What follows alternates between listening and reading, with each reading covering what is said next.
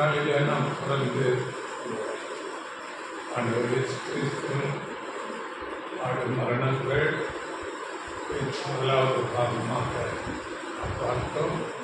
இப்பொழுது இரண்டாவது பாகமாக நாம் பார்க்கலாம். அந்த கடைசி நாள் கேள்வி கதையிலிருந்து ஆண்டவர் இயேசு கிறிஸ்துவுக்கு ஆண்டவர் இயேசு கிறிஸ்து சீசர்களுக்கு அநேக போதனைகளை அங்கே பாடமாக சொல்லிக் கொண்டிருக்கிறார். சீசர்களுக்கு சொல்லிக் கொடுக்கிற பாடம் அது நமக்கும் பாடமாக இருக்கிறது. முதலாவது பார்த்தோம், தாழ்மை குறித்து அங்கே டெமோ செய்து அவர்கள் கால்களை கழுவினார். அப்படியே நீங்களும் உங்களை தாழ்த்திக் கொள்ளுங்கள் என்று போதனையாக அங்கு கொடுக்கப்பட்டது. இரண்டாவது, பட்டயத்தை எடுத்துக்கொள்ளுங்கள் என்று சொல்கிறார். அவர்கள் பட்டியம் எடுக்கிறார்கள், வெட்டுகிறார்கள். ஆண்டவரை பாதுகாக்கும்படியாக அவங்க ஆயத்தமாகிறார்கள். ஆனாலும் தேவ சித்தம் நிறைவேற்ற வேண்டும். அதில் ஒரு பாடத்தை சொல்லிக் கொடுக்கிறார். நான் இப்பொழுது வேண்டிக் கொண்டால் 12 லேக்கியம் கடினமான தூதர்கள் வருவார்கள். ஆனால் இப்படியாக நிறைவேற வேண்டும் என்பது நடக்க வேண்டும் என்று சொல்லி, நீங்கள் உங்களுக்கு எதிராக இது மாதிரி பிரச்சனைகள் போராட்டங்கள் வரும்போது எதிர்த்து நிற்க வேண்டாம் என்பது குறித்த ஒரு பாடத்தை அதனால் அங்கே சிறுவர்களுக்கு காண்பிக்கப்பட்டது. இந்த பாடம் நமக்கும் அப்படியாகவே இருக்கும். ஏனென்றால் ஆண்டவர் இயேசு கிறிஸ்துவின் அந்த முடிவு கடைசி நாட்களிலே சொல்லுகிற காரியங்கள் இந்த பிரதிஷ்டை வாழ்க்கையில் இருக்கிற நமக்கு மிகவும் தேவையான காரியமாக இருக்கிறது. இப்பொழுது ஆண்டவர் இயேசு கிறிஸ்து அவர் மாத்திரம் அந்த சூழ்நிலைக்காக போக வேண்டும். அதை ஆண்டவராக இருந்தார். சீசர்கள் எல்லாரும் அந்த இடத்திலிருந்து அந்த நேரத்தில் அவர்கள் தப்பி செல்ல வேண்டும். அதற்கு வேண்டிய எல்லா காரியங்களையும் அவர் செய்து அவர்களை புறப்பட்டு போகும்படியாக அவர் செய்கிறார். வேறு அவசரங்களை படித்தோம். இப்பொழுது ஆண்டவர் இயேசு கிறிஸ்துவுக்கு எல்லாமே தெரியும். அடுத்து என்ன நடக்கப் போகிறது என்று அவர் அப்படியாக அந்த சூழ்நிலைக்காக போகிறார். கைது செய்யப்படுகிறார். எல்லாரும் அவருக்கு ஓடிவிட்டார்கள். ஆனாலும் பேதுரு அவரை தொடர்ந்து போகிறார். அங்கே முதலாவது அங்கே காரியப்பா வீட்டுக்கு அண்ணா அந்த வீட்டுக்கு பாரி அழைத்து கொண்டு போகிறார்கள். இரவிலே அங்கு விசாரணை நடக்கிறது. ஆக்சுவலாக அந்த இரவில் அவர்கள் அப்படிப்பட்ட ஒரு விசாரணை செய்யக்கூடாது. இது சட்டவிரோதம். அந்த நியாய விசாரணை அந்த ராத்திரியில செய்யக்கூடாது. ஆனால் அவர்கள் மாற்றி மாற்றி அங்கே நியாய சங்கம் மூலமாக அந்த இரவிலேயே அந்த விசாரணை செய்கிறார்கள். இவர்கள் இந்த நேரத்தை தவறவிட்டால் இனி நமக்கு வேறு சந்தர்ப்பம், சரியான தருணம் கிடைக்காது என்று அந்த ராத்திரியிலேயே அவரை விசாரித்து அவரை மரணத்துக்குள்ளாக கொண்டு போக வேண்டும் என்று அவர்கள் திட்டமிடுகிறார்கள்.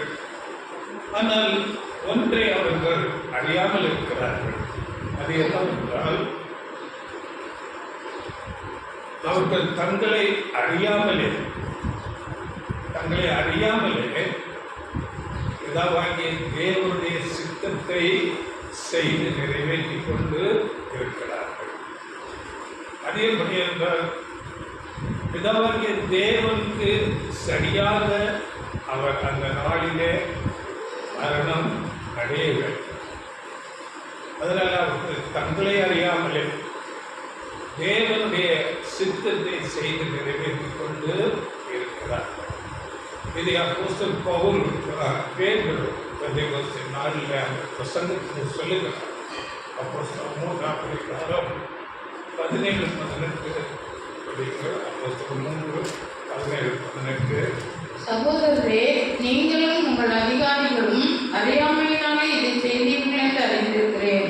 கிறிஸ்து பாடுபட வேண்டும் என்று தேவன் தம்முடைய தீர்க்கதரிசிகள் எல்லாருடைய வாக்கினாலும் முன்னறிவித்தவைகளை இவ்விதமாய் நிறைவேற்றினார்.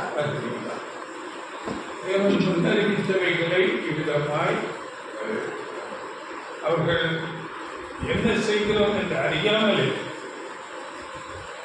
தேவன் நிர்ணயித்திருந்த காரியங்களை அவர்கள் செய்து நிறைவேற்றினார்கள். இது ஆண்டவர் இயேசு கிறிஸ்து கூட முன்னதாக சீசர்களிடம் சொல்லியிருந்தார். ஆண்டவர் இயேசு கூட பிதாவின் சித்தம் இது என்று தெளிவாக அவர் முன்னறிந்திருந்தார். இதை குறித்து கூட 18ஆம் அதிகாரம் 31-34 வசனங்களிலே சீசர்களிடத்திலே சொல்கிறார். 18-31. பின்பு அவர் 12 தம்மிடத்தில் அழைத்து, இதோ எருசலேமுக்கு போகிறோம், மனுஷகுமாரனை குறித்து தீர்க்கதரிசிகளால் எழுதப்பட்டவைகள் எல்லாம் நிறைவேறும். எப்படியெனில் அவர் புறஜாதியாரிடத்தில் ஒப்புக்கொடுக்கப்பட்டு பரியாசமும் நிந்தையும் அடைந்து துக்கப்படுவார். அவரை வாரினால் அடித்து கொலை செய்வார்கள். 3ஆம் நாளிலே அவர் உயிரோடு எழுந்திருப்பார் என்றார். இவைகளில் ஒன்றையும் அவர்கள் உணரவில்லை. அவைகளின் பொருள் அவர்களுக்கு மறைவாய் இருந்தது. சீசர்கள் கூட அதை சரியாக அங்கு கொள்ளவில்லை. அங்கே நியாய விசாரித்த பிரதான ஆசாரி, இளவாரர்கள், பரிசேயர்கள், சதுசேயர்கள் எல்லாருமே அதை உணராது இருந்தார். நியமித்ததன்படி அங்கே இதை நாம் லிட்டரலாக பார்க்கும்போது ஏன் அப்படி அந்த இளவாரர்கள், பரிசேயர்கள், அந்த செயல்களுக்கு ஏன் அவர்கள் மேல் அந்த இயேசு கிறிஸ்து மேலே அப்படிப்பட்ட கோபம் வந்தது என்று நாம் பார்க்கும்போது, ஆண்டவர் இயேசு கிறிஸ்து சத்தியத்தை சத்தியமாக தெளிவாக பேசினார். மாத்திரமல்ல, அந்த சத்தியத்தின்படி அவர் நடந்தார். ஆனால் அன்றைக்கு இருந்த வேதபாரகர்கள், பரிசேயர்கள், பிரதான ஆசாரியர்கள் இவர்கள் எல்லாரும் அவர்கள் சத்தியத்தை பேசுகிறார்கள். ஆனால் அதன்படி நடக்கிறது. அவர்கள் ஒரு மாய்மாலக்காரர்களாக இருந்தார். இதை ஆண்டவர் இயேசு அறிந்து கொண்டு அவர்களை கடிந்து கொள்கிறார். ஜனங்களிடத்தில் அவர்களை பற்றி பேசுகிறார். அவர்கள் எப்படிப்பட்டவர்கள் என்று சாதாரண ஜனங்களிடத்திலே எடுத்து பேசுகிறார். இதை குறித்து மத்திய 23:2-3 வசனங்கள்.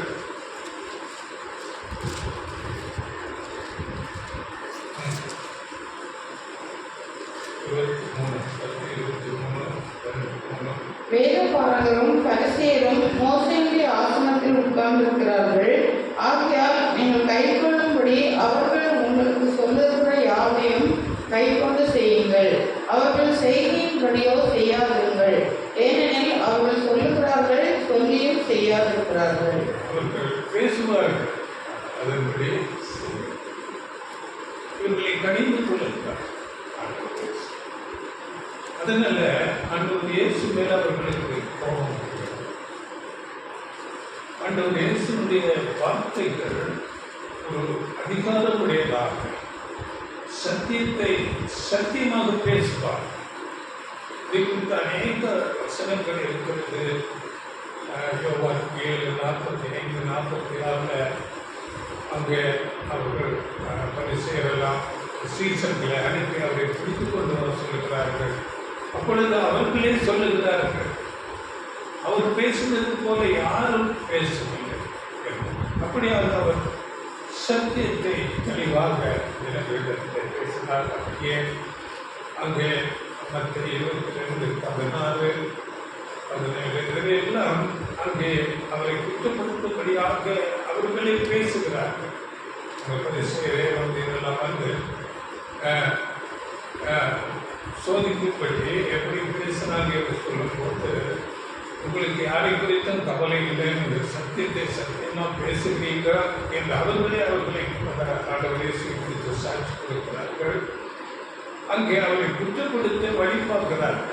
வரி கொடுக்க வேண்டுமா, ரோம அரசாங்கத்துக்கு வரி கொடுக்கிறோமா, இப்படியெல்லாம் அவரை குற்றம் எப்படி கண்டுபிடிக்கலாம், அவரை எப்படி நாம் சிக்க வைக்கலாம் என்று அங்கே கேட்கிறார். ஆனால் அவர் எல்லாவிடத்திலும் ஞானமாக அவரிடத்தில் பேசுகிறார். அங்கே சத்தியத்தை தெளிவாக அவர்களுக்கு பேசுகிறார். 7:28 கூட அவர் வேத பாரகரை போல் புரியாமல் அதிகாரமுடையவராய் அவர்களுக்கு போதித்தார். அதிகாரம் என்றால், அதாவது இன்னைக்கு கூட அநேக போதகர்கள் என்ன செய்வார்கள் என்றால், வந்திருக்கின்ற மக்களுடைய மனநிலைக்கு ஏற்றவாறு அவர்கள் எதை விரும்புகிறார்களோ, ஆசீர்வாத போதனை என்றால் அதை குறித்தே தான் பேசுவார்கள். வேறு எதை எச்சரிப்பாக உலகம் முடிவுக்கு வர போகிறது, அதுக்காக நீங்கள் ஆயத்தமாக்குங்கள், ஆண்டவர் இயேசு கிறிஸ்துவின் சாயலுக்கு வர வேண்டும், தீமையை சகிக்க வேண்டும், சத்தியத்தின்படி நடக்க வேண்டும், இப்படி சத்தியத்தை பேச மாட்டார்கள். ஆசீர்வாத போதனைகளை இப்படியாகத்தான் அன்றைக்கு சதிசேரலாம் இருந்தார்கள். ஆனால் ஆண்டவர் இயேசு அதிகாரத்தோடு தெளிவாக சத்தியத்தை பேசிக்கொண்டு இருந்தார். இதனால் அவர்களுக்கு கோபம் வந்தது. மாத்திரமல்ல, இன்னும் அதிகமான கோபம் வருவதற்கு காரணம், அங்கே லாசருவை உயிரோடே மரித்து போன லாசரு 4 நாள் ஆகிவிட்டது. அவரை உயிரோடு எழுப்பும் போது இது அநேக யூதர்கள் அவரிடத்தில் விசுவாசம் வைத்தார்கள். அங்கே யூதர்கள் விசுவாசம் வைத்தது மாத்திரமல்ல, இந்த காரியத்தை இவர்களும் அறிந்து கொள்கிறார்கள். பரிசேயர் வேதபாரகர்கள் எல்லாம் தேசமெங்கிலும் அது ஒரு பெரிய அவருக்கு மகிமையை கொண்டு வருகிறது. இதனால் எரிச்சல் அடைகிறார்கள். அங்கே யோவான் 11ஆம் அதிகாரத்தில் 45 இயேசு செய்தவைகளை கண்டவர்களாகிய யூதர்களில் அநேகர் அவரிடத்தில் விசுவாசம் உள்ளவர்களானார்கள். இவைகள் பரிசேயர் பிரதான ஆசாரியர் ஆலோசனை சங்கத்தால் கேட்டவுடனே இவனை இப்படியே விடக்கூடாது என்று சொல்லி, எப்படி 48 படிகள், நாம் இவனை இப்படி விட்டுவிட்டால் எல்லாரும் இவனை விசுவாசிப்பார்கள். அப்பொழுது ரோமர் வந்து நம்முடைய ஸ்தானத்தையும் ஜனத்தையும் அழித்து போடுவார்களே என்றார்கள். இவனை எப்படி பேசினார்கள், இவனை எப்படி விட்டா அவ்வளோதான், நமக்கு எந்த மரியாதையும் இருக்காது. நம்முடைய மரியாதை நம்முடைய செல்வாக்கு எல்லாம் போயிடும், நமக்கு இந்த வருமானம் எல்லாம் போயிடும். எப்படிப்பட்ட ஒரு சிந்தனை உடையவர்களாக அங்கே நாம் பார்க்கும் 53ஆம் வசனத்தில், அந்நாள் முதல் அவரை கொலை செய்யும்படிக்கு ஆலோசனை பண்ணினார்கள்.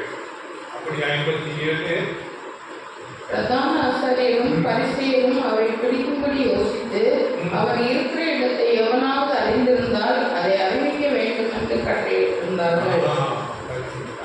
பிடிக்க தேடுறாங்க. அதிகமாகிடுச்சு. அவர் விட்டா அவ்வளோதான், நம்ம ஸ்தானம் எல்லாம் போயிடும். அப்படிப்பட்ட ஒரு நிலைக்கு வந்திருக்கிறார். அப்படியே இது இன்னும் மேலே போகும்போது ஆண்டவரே நமக்கு தெரியும், கடைசியாக அந்த சிலுவையில் அடிப்பதற்காக அந்த எருசலேமுக்கு கழுதையில் ஊர்வலமாக வருகிறார். அப்பொழுது அங்கே யூதர்கள் எல்லாம் சேர்ந்து அவரை மிகவும் ஆர்ப்பரித்து வரவேற்கிறார்கள். ராஜா வருகிறார், சோதரிக்கப்பட்டவர் என்று சொல்லி அவரை ஆர்ப்பரிக்கிறார்கள். ஓசனை என்று சொல்லி ஆர்ப்பரிக்கிறார்கள். அங்கே அந்த கழுதிக்கு முன்னால அவர்கள் ஆடைகளை எல்லாம் பரப்புகிறார்கள். இலைகளை மறக்கிறது, அந்த இலைகளை வெட்டி பரப்புகிறார்கள். அங்கே 12:19 அவர்கள் அதை பார்த்து சொல்லும் போது படிங்கள். 12:19 யோவான். அப்பொழுது பரிசேயர் ஒருவரை ஒருவர் நோக்கி, நீங்கள் செய்கிறது எல்லாம் வீணென்று அறிகிறது இல்லையா? இதோ உலகமே அவனுக்கு பின் சென்று போயிட்டே என்றார்கள். உலகமே போய்விட்டது, நீங்கள் செய்கிறதெல்லாம் வேஸ்ட்டு.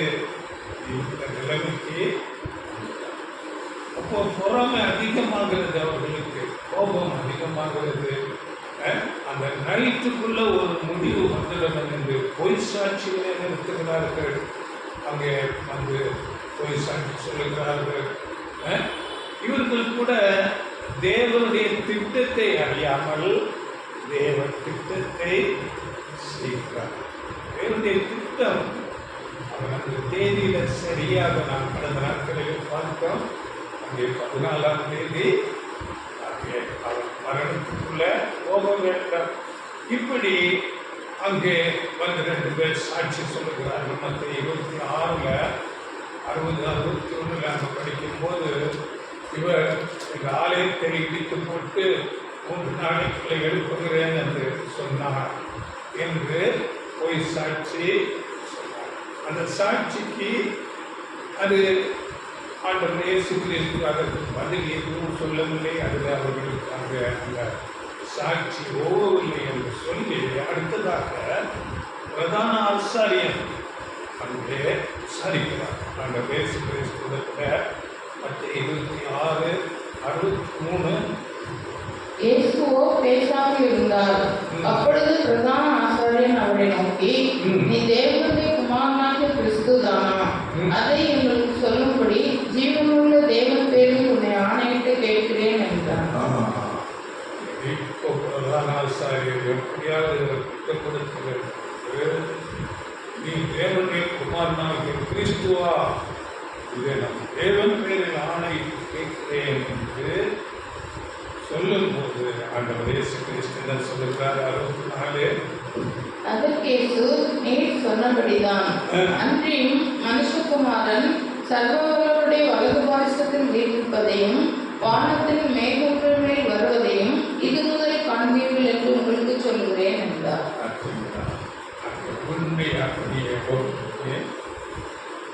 அங்கே அவருடைய ஊழிய ஸ்தலங்களில் அநேக இடத்தில் சொல்லும்போது இது ஒருவருக்கும் சொல்லாதிருங்கள் என மேசியா என்று வெளிப்படையாக யாரிடத்திலும் பேசுவது. ஆனால் இப்பொழுது அங்கே உண்மையை சொல்லுங்கள். மேசியா தான் தேவனுடைய குமாரன். ஆனால் அவர்களால் அந்த நேரத்தில் ஒன்றுமே புரிந்து கொள்ள முடியவில்லை. அவர்கள் கண்கள் குருடாக்கப்பட்டிருந்தது. இன்னைக்கு அவர்கள் வேதத்தை கற்றவர்கள், ஒரே பாட்டு தீர்க்க தரிசனங்களை எல்லாம் அறிந்தவர்கள். ஏனென்றால் தேவன் நிர்ணயித்த திட்டம் அது நிறைவேற வேண்டும். அதற்காக அவர்கள் கண்கள் குருடாக்கப்பட்டது. அவர்கள் உணர்வற்றவர்களாக இருக்கிறார்கள். புரிந்து கொள்ள அப்படியே பாருங்கள், யூதர்கள் இன்று வரையிலும் ஆண்டவர் இயேசுவை என்று உணர்ந்து கொள்ளவில்லை. உலகத்தில் எவ்வளோ லட்சம் கோடி ஜனங்கள், கிட்டத்தட்ட உலகத்தில் 31% கிறிஸ்தவர்கள் இருக்கிறார்கள் உலக அளவில். ஆனால் யூதர்கள் இன்னும் வராது. அந்த கண்கள் மூடப்பட்டிருக்கிறது. அது தேவன் அப்படியாக அவர்கள் கண்களை உருவாக்கி உலகத்தில் இருந்த எல்லா தேசத்திலிருந்து அங்கே புண்ணிய ஸ்தலம் என்று அந்த இயேசு கிறிஸ்து அவமதித்த இடம், அடக்கம் பண்ணப்பட்ட இடம், இப்படி அங்கே புண்ணிய யாத்திரையெல்லாம் போகிறார்கள். ஆனால் அவர்களின் முன் கண்கள் திறக்கப்படும். அதுதான் தேவன் அந்த கண்களை மறைத்து வைத்திருக்கிறார். இது கடந்த சில நாட்களுக்கு முன்பதாக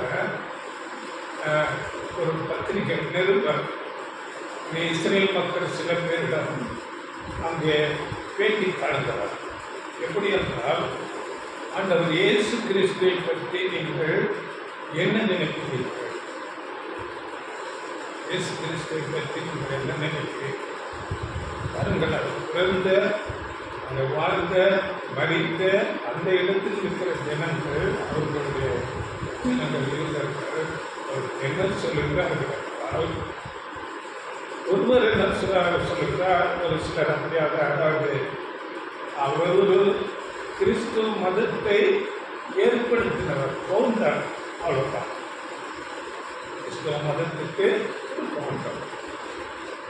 இன்னொருத்தர் சொல்லும் போது அவர் ஒரு அவ்வளோதான்.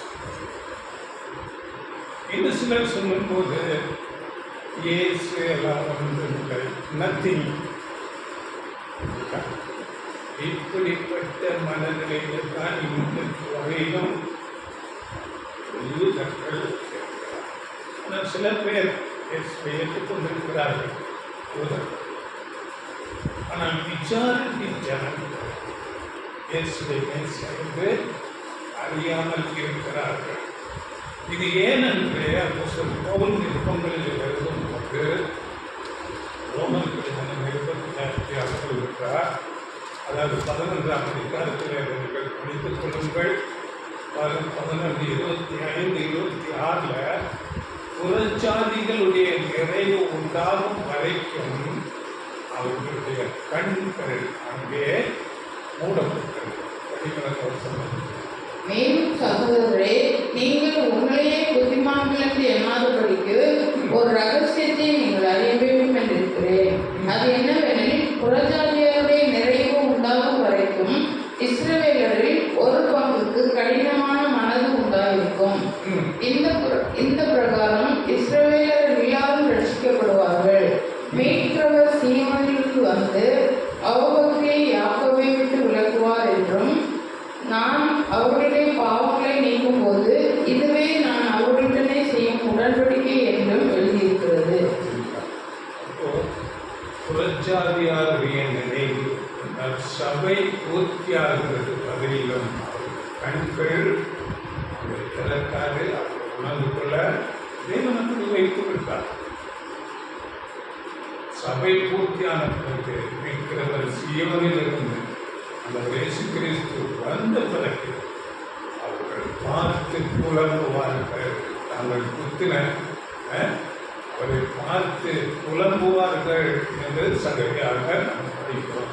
தன்னுடைய ஒரே பேரானவருக்கு அங்கே அழுது புலம்புவது போல அங்கே புலம்புவார்கள் என்று தேவன் அப்படி வைத்திருக்கிறார். அதனால ஆண்டவர் இயேசு கிறிஸ்துவுக்கு நன்றாகவே தெரியும் தாம் மறிக்க வேண்டும்.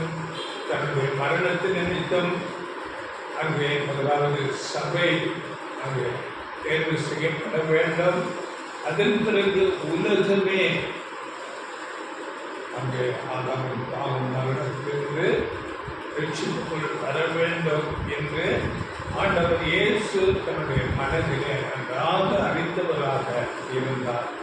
இவர்கள் மனதில் என்ன நினைக்கிறார்கள் என்பதை கூட ஆண்டவர் இயேசு.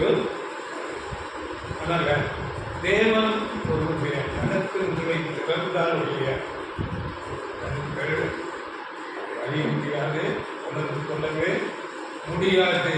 அதனால ஆண்டவர் இயேசு கிறிஸ்து நீ சொன்னபடி நான் தேவனுடைய குமாரன் என்று சொல்லும் போது, அந்த மேசியா என்று சொல்லும் போது தானாசாரி உடனே தன்னுடைய வஸ்திரத்தை கிழித்துக் கொண்டு அங்கு நாடகத்தை நடத்துகிறார். படிகளிலும் 6ஆம் அதிகாரம் 66 26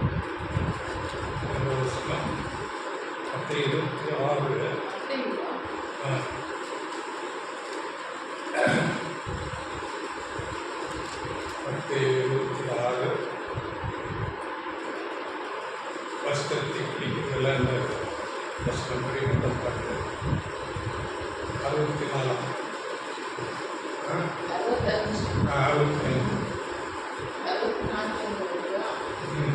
அதற்கு இயேசு, நீர் சொன்னபடிதான், அன்றியும் மனுஷகுமாரன் சர்வவல்லவருடைய வலது பாரசத்தில் வீற்றிருப்பதையும் வானத்தின் மேகங்கள் மேல் வருவதையும் இதுமுதல் காண்பீர்கள் என்று உங்களுக்கு சொல்கிறேன் என்றார். அப்பொழுது பிரதான ஆசாரியன் தன் கிறிஸ்தவர்களை குறித்துக் கொண்டு, இவன் தேவதூஷணம் சொன்னான், இனி சாட்சிகள் நமக்கு வேண்டியதென்ன? இதோ இவன் தூஷணத்தை இப்பொழுது கேட்டீர்களே. நாடகத்தை சொல்லுகிறார், தேவ தூஷணம் சொல்லுகிறார். அங்கே வஸ்திரத்தை கிழித்துக் கொண்டு அதன் பிறகு அவருடைய உலகத்தில் உத்திராங்க இப்படிப்பட்ட அநேக காரியங்களை கண்ணத்தில் அடிக்கிறாங்க. கண்ணை கட்டிட்டு அவரை குட்டி தீர்க்க தரிசனமானே சொல்லு, ஞான தரிசனங்களை பார்த்து சொல்லு, யார் உள்ள குத்தினது, இப்படிப்பட்ட அநேக காட்சிகள் எல்லாம் செய்கிறார்கள். இப்படி நாடகம் நடத்துகிறது எதற்காக என்றால், அங்கே பிரதான ஆசாரி தன்னை தேவனை ரொம்ப நேசிப்பது போலையும் தேவனுக்கு உண்மையாக இருப்பது போல அங்கே ஒரு நாடகத்தை இது ஆண்டவர் இயேசு கிறிஸ்துவுக்கு எல்லாருடைய இருதயங்களும் தெரிந்திருந்தது. அந்த பிரதான ஆசாரிய இருதயம் எல்லாம் தெரியும். இதை அறிந்து கொண்டு அவர் அங்கே இவர்களுடைய நாடகத்தை பார்த்து கொண்டே இருக்கிறார். அதன் பிறகு எந்த பதிலும் சொல்லவில்லை. என்னென்ன முன்னதாக சொல்லிவிட்டார், இவர்கள் பேசுவார்கள், அதன்படி செய்யப்பட்டார்கள். இப்போ இதுல நமக்கு என்ன ஒரு பாடம் இருக்கிறது என்றால், அங்கே அந்த பிரதான ஆசாரியை போல, அதாவது மற்றவர்களை ஒரு குற்றப்படுத்தி அதிலே நமக்கு ஏதாகிலும் லாபம் கிடைக்குமா என்ற ஒரு சிந்தனை, அப்படிப்பட்ட ஒரு காரியம் நமக்கு பொய்யாக ஆண்டவர் இயேசு கிறிஸ்து மேலே அங்கே குற்றப்படுத்துகிறார். அங்கே குற்றப்படுத்தி அவரை மரணாக்கினிக்கு ஒப்புக் கொடுக்க வேண்டும் என்று அவர் அப்படிப்பட்டதான காரியங்களை, ஆனால் அவருடைய இருதயத்தில் அங்கே உண்மை இல்லை, பொய்யான காரியங்கள் தேவனுக்கும் உண்மையாக இல்லை, அவர் சத்தியத்துக்கும் உண்மையாக நாம் அப்படிப்பட்டவர்களாக இருக்கக்கூடாது. அங்கே அவரை எப்படியாவது குற்றப்படுத்தி அவரை கொலை செய்துவிட வேண்டும் என்று பொய்யாக சொல்கிறார். அதாவது நம்முடைய இருதயம் மற்றவர்களை குறை கண்டு கொண்டு குற்றப்படுத்தி கொண்டு, அப்படி இருந்தால் நம்மில் இருக்கிற நம்முடைய இதயத்தில் இருக்கிற குறைகளை நாம் அறிந்து கொள்ள, நம்முடைய இருதயத்தில் நாம் ஒரு நியாயத்தோடும் நீதியோடும் உண்மையோடும் முழுமையாக அப்படியாக இருக்கிறது. இதயத்தில் அந்த மற்றவர்களை குற்றம் கண்டுபிடிக்கிற அந்த காரியம் இருக்கிறது. இதுதான் நமக்கு அது உள்ள பாடம். ஏனென்றால் தேவனுடைய சிங்காசனத்தை குறித்து பேசும்போது நீதியும் நியாயமும் அந்த சிங்காசனத்தில் சங்கீதம் 97:2 படித்துக் கொள்ளுங்கள். சங்கீதம் 89:14 இதெல்லாம் அங்கே நீதியும் நியாயமும் தேவனுடைய அடிஸ்தானம், பேஸ் இதுதான். அதை தேவன் நம்மிடத்தில் நம்முடைய இதயத்தில் நீதி, நியாயம், உண்மை இவைகளை அதிகமாக எதிர்பார்க்கிறார். அந்த பிரதான ஆசிரியர்களுக்கு கற்றுக்கொள்ள வேண்டிய காரியம், நீதி இல்லாதவராக, உண்மை இல்லாதவராக, உண்மையான ஆண்டவர் இயேசுவை மேசியாவை அங்கே குற்றப்படுத்தும் விதமாக அங்கே ஆடை இழித்து கொண்டு ஒரு நாடகத்தை நடத்திட்டு இனி என்ன சாட்சி வேண்டி இருக்கிறது என்று அவர் மரணாக்களை கொடுக்க இப்படி நாம் கற்றுகளை கொண்டு இருக்கக்கூடாது. அதனால் ஆண்டவர் இயேசு கிறிஸ்து கூட இந்த விதை விதைக்கிற ஓமை நாங்கள் சொல்லும் போது அங்கே நல்ல நிலம் என்று எதை சொல்லுகிறார் என்று நாம் படிக்கும்போது லூக்கா 8ஆம் அதிகாரத்தில் அதுங்கள் அழகான வசனம் சொல்லப்படுது. லூக்கா 8:15. லூக்கா 8:15. நல்ல நிலத்தில் விதைக்கப்பட்டவர்கள் வசனத்தை கேட்டு அதை உண்மையும் நன்மையுமான இதயத்திலே காத்து பொறுமையுடனே பலன் கொடுக்கிறவர்களாய் இருக்கிறார்கள். உண்மையும் நன்மையுமான இதை நாம் வளர்க்கப்படுகிறது.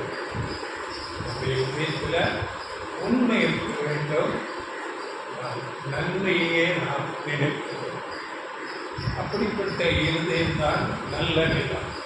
அப்படிப்பட்ட இருதயத்தில் தான் இந்த உண்மையான சத்தியங்கள் பேசப்படும் போது அதை அவர்கள் ஏற்றுக்கொள்ள முடியும். அந்த விதை முளைத்து பலன் கொடுக்கும்.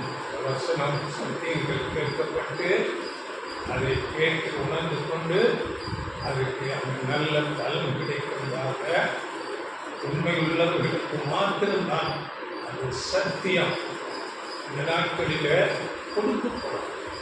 இதை பேதர் கூட 2 பேதர் 2ஆம் அதிகாரத்தில் சொல்லும்போது 19ஆம் வசனம், தேவன் மேல் பற்றுதலாக இருக்கிற மனசாட்சி நிமித்தம் ஒருவன் அநியாயமாய் பாடுபட்டு உபத்திரவத்தை பொறுமையோடு சகித்தால் அதுவே நீதியாகிறது. அநியாயமாய் குற்றப்படுத்தப்பட்டால் அது நல்லது. 20ஆம் வசனம், நீங்கள் குற்றம் செய்து அடிக்கப்படும் போது பொறுமையோடு சகித்தால் அதனால் என்ன கீர்த்தி உண்டு? நீங்கள் நன்மை செய்து பாடுபடும் போது பொறுமையோடு சகித்தால் அதுவே தேவனுக்கு முன்பாக பிரீதியாக இருக்கும். அப்போ விதைக்கிற உண்மையோட ஒரு குற்றம் கண்டாலும் நம்ம உண்மையாக நியாயமாக நடந்து நன்மையை செய்யும், நன்மை செய்து பாடம். இப்படி இது நமக்கு ஒரு பாடமாக அந்த கடைசி மரணத்துக்கு முன்பதாக இந்த மாதிரி பாடங்களே நமக்கு அதை பின்பற்றுகிற சீசர்களுக்கு முதலாவது தாழ்மை எவ்வளவு தேவை என்பதை காண்பித்தார். இரண்டாவதாக அங்கே போராடக்கூடாது, எதிர்த்து நிற்கக்கூடாது, போராட்ட குணம். மூன்றாவதாக நம்முடைய இருதயம் முழு உண்மையுள்ளதாக நாம் நியாயத்தில் நீதியில் நடந்து நன்மை செய்து அதனால் வரக்கூடிய தீமைகளை சகிக்கிறவர்களாக இதுதான் நமக்கு வைக்க 3 பாடம். ஆண்டவர் இயேசு கிறிஸ்துவின் அந்த கடைசி நேரத்தில் சொல்லிக் கொடுக்கிற பாடம். பவுல் உங்களை நீங்களே சோதித்து பாருங்கள், கவனித்து அறியுங்கள் என்று நம்மிடத்தில் அப்படிப்பட்ட குணம் இருக்கிறதா? அதை நாம் தாழ்த்துக்கிறோமா? நாம் செய்கிறது சரிதான் என்று போராடுகிற அந்த குணம் இருக்கிறதா? இல்லாவிட்டால் அடுத்ததாக நம்மிடத்தில் உண்மை நீதி என்று உண்மையாக இருக்கிறோமா? நீதியாக நடந்து கொள்கிறோமா? நன்மை செய்கிறதுனால பாடங்கள் படுகிறதா? இதைத்தான் நினைத்து நம்மை நாங்கள் நிதானித்து அறிய வேண்டும். அதனால் பாடுகளின் வழியாக நாம் போக வேண்டும். பாடுகளை நாம் சந்தோஷமாக ஏற்றுக்கொள்ள வேண்டும். அதுதான் பரலோகத்துக்கு போகிற அதை இழுக்கம் வழி நெருக்கமாக வாசல் இழுக்கமும் வழி நெருக்கமாக இருக்கிறது. அந்த பாதையில் தான் நாம் ஒவ்வொரு நாளும் நாம் அந்த இலக்கை நோக்கி வாழ்க்கை பிரயாணம் இருக்க வேண்டும். அதனால் நம்ம ஞானஸ்நானம் எடுத்துருக்கிறோம், பிரதிஷ்டை பண்ணி இருக்கிறோம். பிரதிஷ்டை பண்ணி இன்றைக்கு 5 வருடம், 10 வருடம் நம்முடைய வாழ்க்கையில் அந்த மாற்றம் எவ்வளோ சேஞ்சாக இருக்கிறோம் என்பதை நிதானித்து நாமே நிதானித்து பார்க்க வேண்டும். 20 வருடமாக இருக்கும் நாம் எப்படி மாறி இருக்கிறோமா? நாம் யாரை ஒப்பிட்டு பார்க்க வேண்டும்? நம்முடைய ஆண்டவர் இயேசு கிறிஸ்துவையே நாம் ஒப்பிட்டு அவரையே பார்க்க வேண்டும். அவரையே கவனித்து பாருங்கள் என்று வசனம் சொல்கிறது. அதனால் இப்போ நமக்கு தேவன் மேலான சத்தியத்தை கொடுத்திருக்கிறார். நமக்கு மாதிரியாக ஆண்டவர் இயேசு கிறிஸ்துவையே கொடுத்திருக்கிறார். அப்படியே நமக்கு பரிசுத்த ஆவியை கொடுத்திருக்கிறார். நாம் அதை பயன்படுத்தி நமக்கு சுயாதீனத்தையும் கொடுத்திருக்கிறார். நாம் அதை எடுத்துக்கொண்டு சத்தியத்தில் ஆண்டவர் இயேசு கிறிஸ்து நமக்கு போதித்த அந்த செம்மை நன்மையமான அந்த இறுக்கமான பாதையில் நடந்து நாம் ஆண்டவர் இயேசு கிறிஸ்துவின் சாயலுக்காக நாம் நாளுக்கு நாள் வளர வேண்டும். இப்படித்தான் அப்போஸ்தலர்கள் பரிசுத்தவான்கள் எல்லாம் வளர்ந்து இந்த கிறிஸ்துவின் சாயலுக்காக நாமும் அப்படியாக அந்த பாடுகளின் வழியாக சென்று பிரயாசப்பட வேண்டும். அந்த இலக்கை நோக்கி போக வேண்டும். இப்பொழுது நாம் அவருடைய சரீர பிரகாரமான பாடுகள் கொஞ்ச நேரத்தில் கூட மன ரீதியான சில பாடுகளை குறித்து நாம் பார்த்து எடுத்துக் கொள்ளலாம். ஆண்டவர் இயேசு கிறிஸ்து தன்னை வழியாக கொடுக்க மாத்திரமல்ல, சத்தியத்தை குறித்து பிரசங்கித்து சத்தியத்துக்கு சாட்சி கொடுக்கவும், சத்தியத்தில் நடக்க வேண்டும், முன்மாதிரியாக சத்தியத்தை பிரசங்கித்து காண்பிக்க வேண்டும். இதுவும் அவருடைய ஒரு முக்கியமான வேலையாக, அதாவது சத்தியத்தை சாட்சியாக பிரசங்கித்து அங்கே பிலாத்தினிடத்தில் சொல்லும்போது, நான் இதற்காகவே இறங்கி வந்து சத்தியவான் எவனும் என் சத்தம் கேட்கிறார். சத்தியத்துக்கு சாட்சி கொடுத்து கொண்டு பாவமில்லாதவராக வாழ்ந்து மரணத்துக்கு, ஏனென்றால் பாவத்தில் விழுந்த இந்த மனுக்குலம் மீட்கப்பட எல்லா அநீதி பாவத்திலே இருக்கிறார்கள். அந்த பாவத்திலிருந்து மீட்கப்பட வேண்டும் என்றால் அவர்களுக்கு சத்திய போதனைகள், வார்த்தை, அதாவது சத்திய தேர்வுகள், சத்தியம் உங்களை விடுதலையாகும். ஆனால் இன்றைக்கு சத்தியமாகிய சாத்தான் சத்தியத்தில் கூட அநேக பொய் போதனைகளை கலந்து கொடுப்பதனால அநேக அது விடுதலையாகாமல் உணர்ந்து கொள்ளாமல், சத்தியம் தெளிவாக ஒரு தெளிந்த நீரோடை போல சத்தியத்தை நாம் அறிந்து கொள்ள வேண்டும். அறிந்து கொண்டு அப்பொழுதுதான் நமக்கு விடுதலையை அவருடைய பாடுகளுக்கு காரணம், அவர் சத்தியத்தை மிக சரியாக பிரசங்கித்தார். மாத்திரமல்ல, அந்த பாதையில மிகவும் சரியாக அந்த சத்தியத்தில் நடந்தார். ஆனால் அங்கே சத்தியத்தை அங்கே பேசினாலும் அதன்படி நடக்காதவர்களாக பரிசேயர்கள், பிரதானாசாரி, அங்கே வேத பாரகர்கள், சதுசேயர்கள் இப்படியாக இருந்தார்கள். அவர்கள் சத்தியத்திலே நடக்கவில்லை. ஆனால் சத்தியத்திலே நடக்கிற அந்த இயேசு கிறிஸ்துவை பார்த்து பொறாமைப்பட்டு எரிச்சலடைந்தார்கள், அவரை விரோதித்தார். இப்படி சத்தியத்தை சரியாக பிரசங்கித்து சத்தியத்திலே நடக்கும்போது, சத்தியத்திலே நடக்காது இருக்கிற அவர்களுக்கு இவர்கள் கோபம்.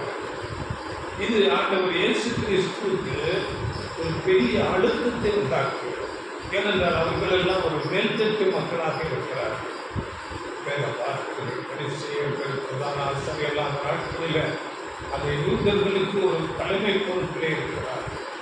அவர்கள் ஆண்டவர் இயேசு கிறிஸ்துவை அங்கே பகைக்கும் போது ஆண்டவர் இயேசு கிறிஸ்துவுக்கு ஒரு பெரிய அழுத்தம் அங்கே மன ரீதியாக பெரிய வேதனைக்குள்ளாக போகிறார். அடுத்ததாக நாம் பார்க்கும்போது ஆண்டவர் இயேசு கிறிஸ்து ஒரு பரிபூர்ண மனுஷனாக இருக்கிறார். உன்னத நிலையில பரலோகத்தில் இருந்து அவர் பாவமில்லாதவராக பூமிக்கே தேவ சித்தத்தை முழுமையாக செய்து கொண்டிருக்கிறார். தேவனுக்கு முழுமையாக கீழ்ப்படிகிறார். பரலோகத்தில் தேவனுடைய சித்தம் அங்கே முழுமையாக செய்யப்பட்டுக் கொண்டிருக்கிறது. ஆனால் இந்த பூமிக்கு வரும்போது இந்த உலகம் தேவனுக்கு விரோதமாக இருக்கிறது. ஜனங்கள் எல்லாரும் பாவத்தில் இருக்கிறார்கள்.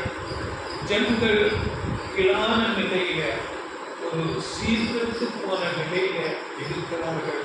அவரோடு கூட இருந்த சீசர்கள் கூட அவர்கள் அநேக நேரங்களிலே ஆண்டவர் இயேசு கிறிஸ்துவை சரியாக புரிந்து கொள்ளவில்லை. அங்கே தங்களுக்கு சரியென்று பட்டபடி இடங்களில் நடந்து கொள்கிறார்கள். தங்களில் யார் பெரியவன் என்ற அந்த சிந்தனை இருக்கிறது. இப்படி அவர்கள் கூட ஆண்டவர் இயேசு கிறிஸ்துவை அவருடைய போதனைகளை சரியாக புரிந்து கொள்ளாமல் இருக்கும்போது ஆண்டவர் இயேசு கிறிஸ்துவுக்கு அது ஒரு அழுத்தமாக மனம் வேதனை கொடுத்ததாக அங்கே அந்த யூதர்களுடைய ஜனம் அவருடைய மனநிலையை பார்க்கும்போது பாருங்கள், ஆண்டவர் இயேசு கிறிஸ்து அங்கே எருசலேமுக்குள்ளே அங்கே கல்வியில அவர் ஊர்வலமாக வரும்போது ராஜா என்று அவரை ஆர்ப்பரித்து அவரை ஸ்தோத்தரித்து கொண்டாடினார்கள். அதே ஜனங்கள் அடுத்த 4 நாட்களுக்குள்ளாக இவரை சிலுவையில் அறையுங்கள் என்று சொல்லி அங்கே கூப்பிடுகிறார்கள். இதுதான் அவர்களுடைய மனநிலையாக இருக்கிறது. ஏனென்றால் அவர்கள் தலைமை பொறுப்பில் இருக்கிற அந்த பிரதான ஆசாரி, வேதபாரகர்கள், பரிசேயர்கள், சதுசேயர்கள் சொல்வதை அப்படியே எடுத்துக்கொள்ளுகிற ஒரு மனநிலை. சத்தியத்தை உணர்ந்து கொள்ளக்கூடாத அவர்கள் ஒரு நிலையில் இருந்தார்கள். அவர்கள் ஒரு குந்தி போன மனநிலையில தாழ்மையில இருந்தார். இவையெல்லாம் ஆண்டவர் இயேசு கிறிஸ்துவுக்கு ஒரு துக்கத்தை, வேதனை, மனவேதனை, துக்கத்தை கொடுத்ததாக. அடுத்ததாக சரீர பிரகாரமாக பெரிய பாடுகள். அவர் இரவு முழுவதும் விசாரணை என்று அலைக்கழிக்கப்படுகிறார். அங்கே அவரை குட்டுகிறார்கள், துப்புகிறார்கள், அங்கே கன்னத்தில் அடிக்கிறார்கள். பாவியான மனுஷன் மகா நீதியில் ஆண்டவர் இயேசு கிறிஸ்துவை அங்கே குட்டுகிறார்கள். அப்படியே பிலாத்து அங்கே அவரிடத்தில் போகும்போது அங்கே அவரை சவுக்கால் அடிக்கிறார்கள். இப்படி அவரை காயப்படுத்தி அநேக சரீர பிரகாரமான ஆண்டுகளுக்காக இந்த வசனம் நாம் படிக்கும்போது ஏசாயா 50-5-6 வசனங்களில் அவர் துப்புகிறவர்களுக்கு முகத்தை காண்பித்தார். இதில் வசனம் ஏசாயா 50-5-6. கர்த்தராகிய ஆண்டவர் என் செவியை திறந்தார். நான் எதிர்க்கவும் இல்லை, நான் பின்வாங்கவும் இல்லை. அடிக்கிறவர்களுக்கு என் முதுகையும் காடை மயிரை பிடுங்குகிறவர்களுக்கு என் காடைகளையும் ஒப்புக் கொடுத்தேன். அவமானத்துக்கும் உமிழ்நீருக்கும் என் முகத்தை மறைக்கவில்லை.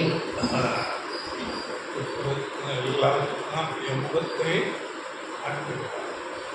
சரீர பிரகாரமான ஒரு வேதனைகளை காண்பித்தது. அப்படியே சவுக்கால் அடித்து அங்கே முதுகில் ஏறு விழுதல் போன்ற ஒரு அங்க காயம், ரத்தம் வருகிற அளவுக்கு அந்த சவுக்கு சங்கீதம் 129:3 வசனம் இருக்குது. அங்கே அந்த சவுக்கால் அடிக்கும்போது அந்த சவுக்கு அது இரும்பு சின்ன பால்கள் அதில் வைத்திருப்பார்கள். சின்ன கொக்கி போன்ற அந்த இரும்பு காரியங்கள் இருக்கும். அவைகளை அடித்து அப்படியே சதையை கிழித்து கொண்டு வந்து அதன் சவுக்கால் அடிக்கிறது. 39 அடி அடிப்பார்கள். இந்த முதுகை அப்படியே கிழித்து எடுத்து விடுவார்கள். படிக்காத வசனம் 129:3. உழுகிறவர்கள் என் முதுகின் மேல் உழுது தங்கள் படைச்சாவிகளை நீளமாக்கினார்கள். உழுதது போல எப்படிப்பட்ட காரியம்! அப்படியாக அதை அவர் 2 கையை கட்டி அந்த முதுகு பகுதி அந்த நிறுவனமாக்கி அப்படியாக நிற்க வைத்து விடுவார்கள். கட்டி அங்கே உற்சவர்கள் 2 பேர் அங்கே மாறி காயத்தை எல்லாம் தீர்க்க தரிசனத்தின்படி அங்கே நிறைவேறிக் கொண்டிருக்கிறது. இவைகளெல்லாம் அவர் சகித்தார். அடுத்ததாக பார்க்கும்போது தலையில் திரும்ப முள் முடி அதெல்லாம் பின்ன ஒரு கிரீடத்தை வைத்து அழுத்தி அங்கே தலையிலே அடிக்கிறார்கள். அது பெரிய காயத்தை உண்டாக்குகிறது.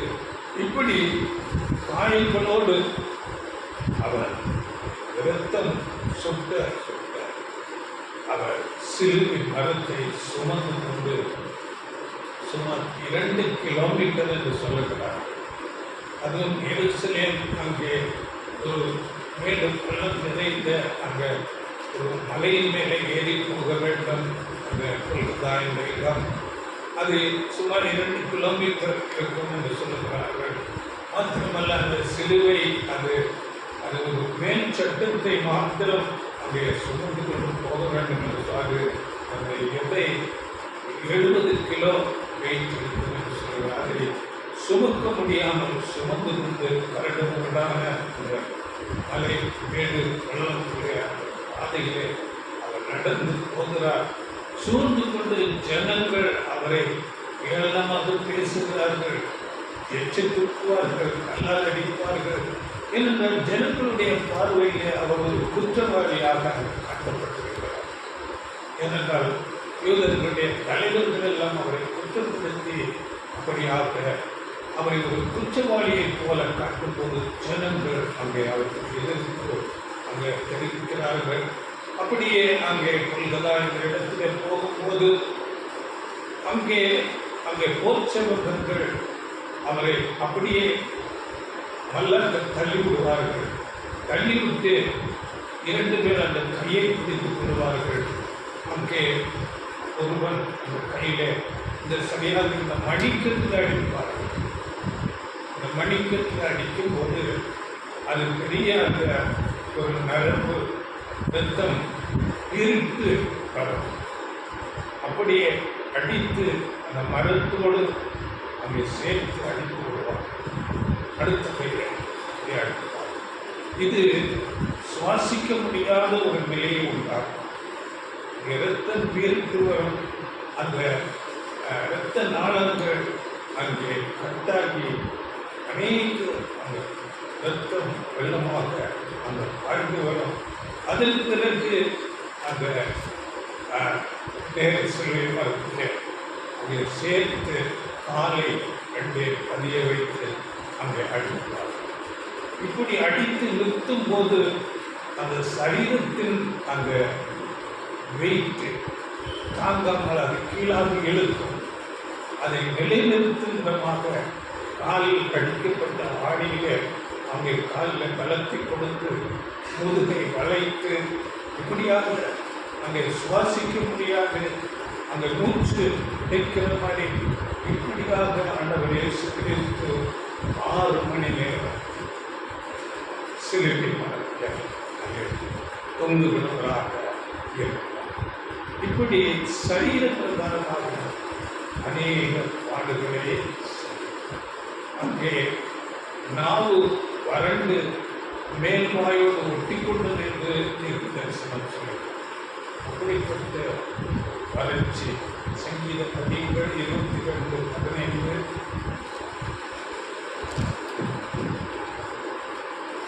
சங்கீதம் 22:15 என் பலன் ஓட்டை போல் பாய்ந்தது, என் நாவு மேல்வாயோடே ஒட்டி கொண்டது, என்னை மரண தூளிலே போடுகிறேன். நாவு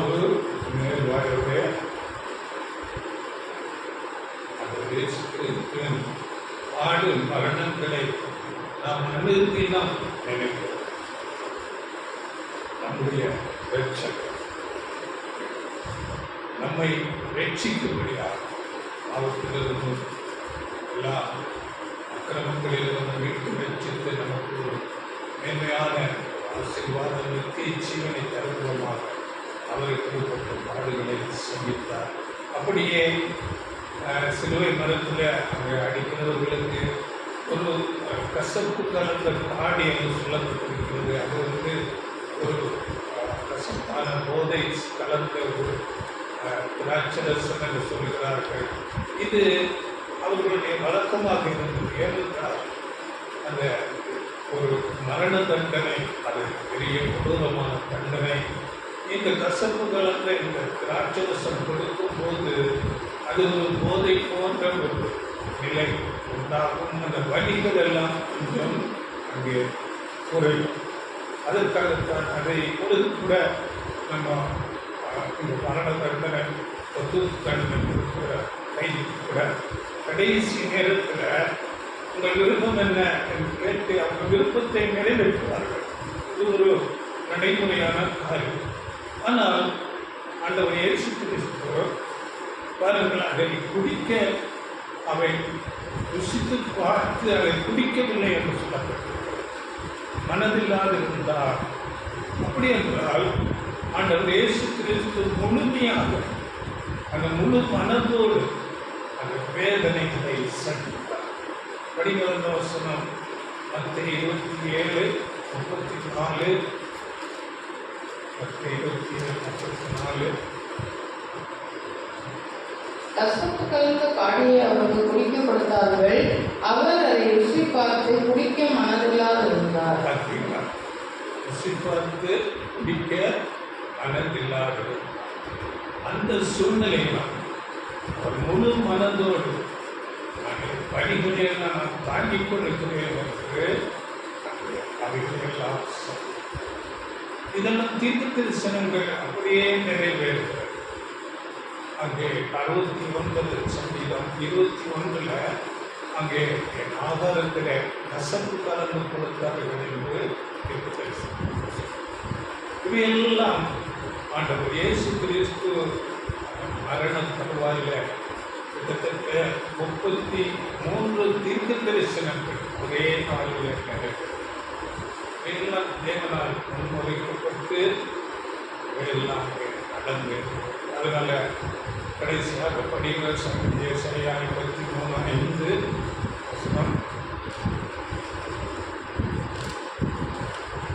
நம்முடைய மீறுதல்களின் நிமித்தம் அவர் காயப்பட்டு, நம்முடைய அக்கிரமங்கள் நிமித்தம் அவர் மறுக்கப்பட்டார். நமக்கு சமாதானத்தை உண்டு பண்ணும் ஆக்கினை அவர் மேல் வந்தது.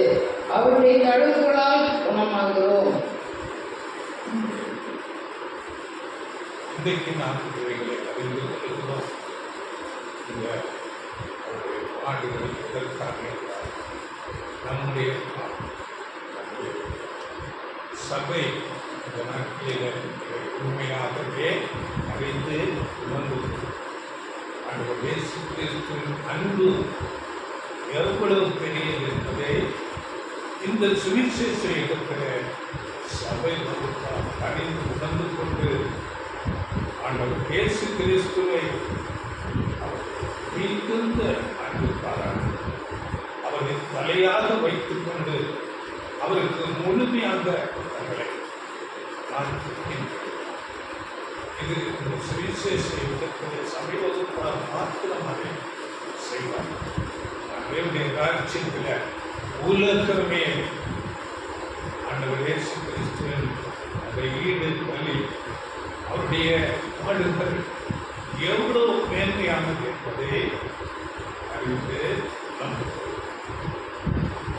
எல்லாம் அறிந்து கொள்வார். அதனால் சங்கீதம் 22:14 அவருடைய எலும்புகள் எல்லாம் பட்டுவிட்டது என்று சரீரம் பிக்கப்பட்டது, மிகுந்த வேதனைகளுக்குள்ளாக போகும். சரீரம் எப்படி இருந்தது என்று ஏசாயா இங்கே எழுதும்போது ஏசாயா 52 12:14 சரியா? மனுஷனை பார்க்கிலும் அவருடைய முக பார்வையும் மனுபுத்திரரை பார்க்கிலும் அவருடைய ரூபமும் இவ்வளவு அந்தக்கேடு அடைந்தபடியினாலே அவரை கண்ட அநேகர் பிரமிப்படைந்தார்கள். அந்த கேள்வி கண்டவர்கள் பிரமிப்படைந்தார். அதாவது இன்னொரு முறையில் தெளிவாக அவரை கண்ட பலர் திகைப்புற்றனர். அவரது தோற்றம் பெரிதும் உருக்குலைந்ததால் மனித சாயலே அவருக்கு இல்லாதிருந்தது. மானிடரின் உருவமே அவருக்கு பயங்கரமான டார்ச்சர். மனித சாயலே அவருக்கு பார்த்தவர்கள் அங்கே திகைப்புற்றனர். மனுஷனுடைய உருவமே இல்லாத அளவுக்கு அவரை சிதைத்திருக்கிறார். பாடுகளை இப்படி அநேக பாடுகளை சகித்து இயேசு கிறிஸ்து நமக்கு போதனையாக சொல்லும் போது நம்ம படிக்கிறோம் 13 நாம் அவருடைய நிந்தையை சுமந்து ஆலயத்துக்கு புறம்பே அவர்களுக்கு புறப்பட்டு போகிறார். நாம் அவர்களுக்கு போவோம். அவரை போல நாம் நடக்க அவருடைய அடிச்சுவடுகளில் இருக்கின்ற நமக்கு போதிப்படியே கைக்கொண்டு நடப்பதுதான் அவருக்கு சொல்கிற இடத்துக்கு போவோம். அவர் திறந்த அந்த இடுக்கமான வழியில் நடந்து அவருக்கு பிரியமாக செய்யும் முழு பிரயாசமும் அவருடைய பாடும் மரணங்களை குறித்து பார்த்தோம். அதில் இருக்கிற பாடங்கள் என்ன என்பதை குறித்து பார்த்தோம். இவைகளையெல்லாம் நாம் கைக்கொண்டு அவருக்கு பிரியமாக வாழ்ந்து கிறிஸ்துவின் சாயலுக்கு ஒப்பாக ஒவ்வொரு நாளும் பார்க்கிறவர்களாக மாற நமக்கு உதவி செய்வார். நாம் ஒவ்வொரு நாளும் நம்மை நாமே ஆரம்பிக்க வேண்டும்.